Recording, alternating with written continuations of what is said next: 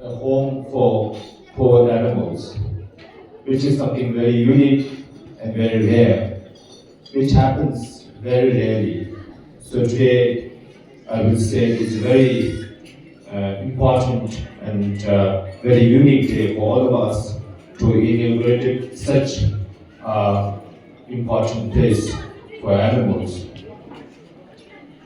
First of all, I would like to thank and congratulate from depth of my heart to His Eminence, Thiksay, and all his team for initiating such a great initiation, taking care of, looking after the animals.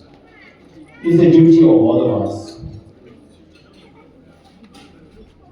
As we all follow a spiritual life or religion, every religion talks about love and compassion. And especially, particularly, Gautam Buddha's teaching is all the teachings based on love and compassion. But when it comes to action, I think it's very difficult. I would say this is the most difficult practice in all the teachings. So, taking care of the animals, looking after the animals, making a shelter for the animals, it means that we are really practicing, putting a teachings of love and compassion into action, and which is very, very much needed in these days. I myself, I have been working for the animals for the last 10 years, and my project Live to Rescue, we have been able to rescue or serve 11,000, more than 11,000 animals today. That includes not only a dog, but in all different kinds of animals. And now, if I just share one experience from these 10 years, I think the most important thing is that we need to educate the people. That is, I think all the problem starts from a human, from the people, not from an animal. So I think whatever is happening today is all because of human. So I think most importantly, we need to educate all our people about the animal, and we must make a peace and harmony connection between human and animal.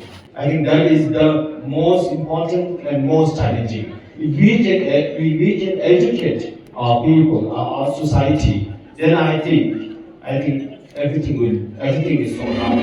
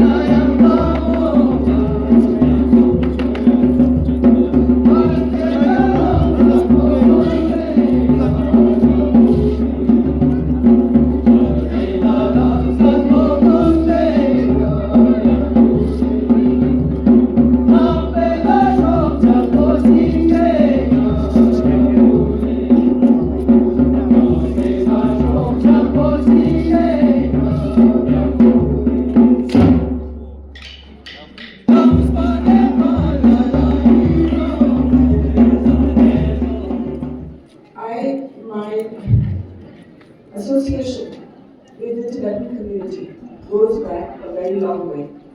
A long time ago, my father was posted to Yol, and my mother had very severe asthma, and she was looked after by His Holiness the Dalai Lama's personal physician, who we still regard as magic, and who has helped and treated thousands of people.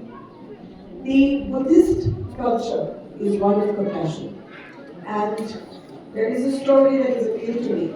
I read it when I was a child and it stayed with me. When the Buddha said that one of his incarnations was that of a goat, and when the Buddha was killing him, he started laughing. And the Buddha said, "Why are you laughing?" He said, "Because this cycle is endless. Next time I will be the Buddha, and you will be the goat, and I will be the goat, and you will be the Buddha. So why not finish it right here?" So when we help animals, we actually help ourselves. It is our own karma. I have no intention of coming back to this earth. And the only way out of it is compassion. And that is something that the Buddhists have understood from the beginning. That I am so delighted that His Excellency Drupka Duche Rinpoche has started for the last 10 years an animal shelter.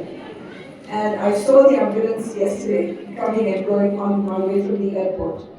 And I was wondering, we need to rescue, what it meant, but now I met the founder. I have been at this, in fact, I did the first shelter in India. When my husband died, I was 23 years old. And when I got married, I was 17. And I used to eat meat.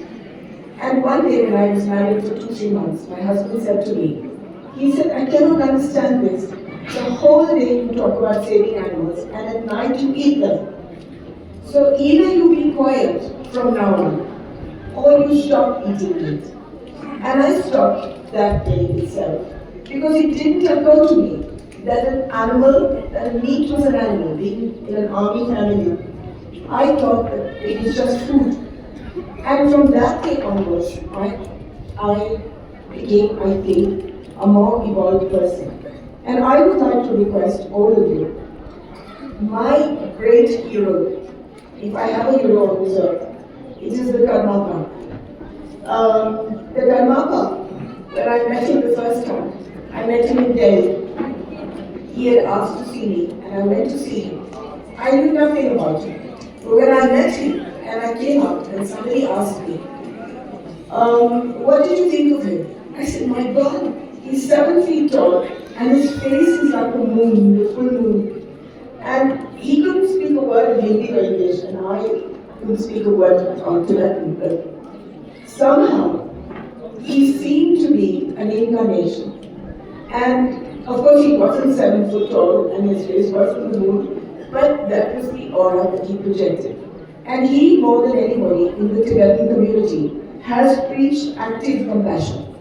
The making of the Tibetan community and all the people who believe in this, in Buddhism, vegetarian. I would request you that this is the first step towards compassion. As my husband said to me, you cannot eat an animal and then save it. And we cannot be specious, just save dogs, just save donkeys, just save yaks. We have to save all. And we have to realize, as the Buddha said, next time I will be a yak and you will be me. Or I will be a goat and you will be me. And when we see ourselves in all the animals, compassion becomes natural. I would like to thank His Excellency Thiksay Rinpoche for his compassion and generosity in creating such a huge, beautiful shelter. When I started animal welfare, I think I was born like that. I got my first dog out at the age of 6 when I'm trying to feed a stray dog. And my mother, thank God, was not angry with me. She just said, perhaps you should throw it rather than put it into his mouth. So the point is that when I first started animal welfare, there were no animal welfare people in the country. And it was taken for granted that even when Hinduism preaches compassion, active compassion remained beyond us. And it was regarded as something that little old ladies, widows, rich women, they did as a hobby. Now it is so amazing to see that every street across India has a feeder. Whether it's Muslim, whether it's Hindu, whether it's Buddhist, it runs across religions. Every street has a feeder of animals. Every street has somebody who stands up and fights for animals. Yes, there is a strong pushback. That is inevitable. In the war for compassion, it is a war. There will be, the first step was to develop feeders, develop compassionate people, which are now developing by the day. The second is to turn all the people who hate animals or ignore them into our lives, and that will also happen. That will also happen. But we have our armies extending day by day. I never thought I would see the day that Ladakh would get an animal shelter. I did not know about late to rescue. Otherwise, I would have already taken for granted. But now, since I've been here 2 days, I have seen 3 animal shelters. One was the one which is run by 2 ladies who live in Goa, foreign ladies, and who pay for this little one that has just started. The second one is, of course, late to rescue. And the third one is this big, beautiful, magnificent structure that is just beautiful.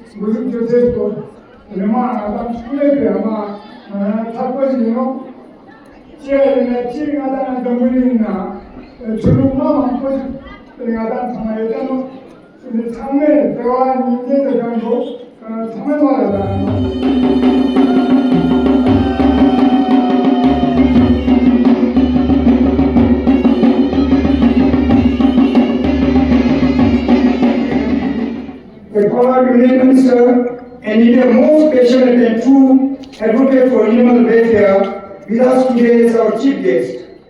Her presence here means the world to us.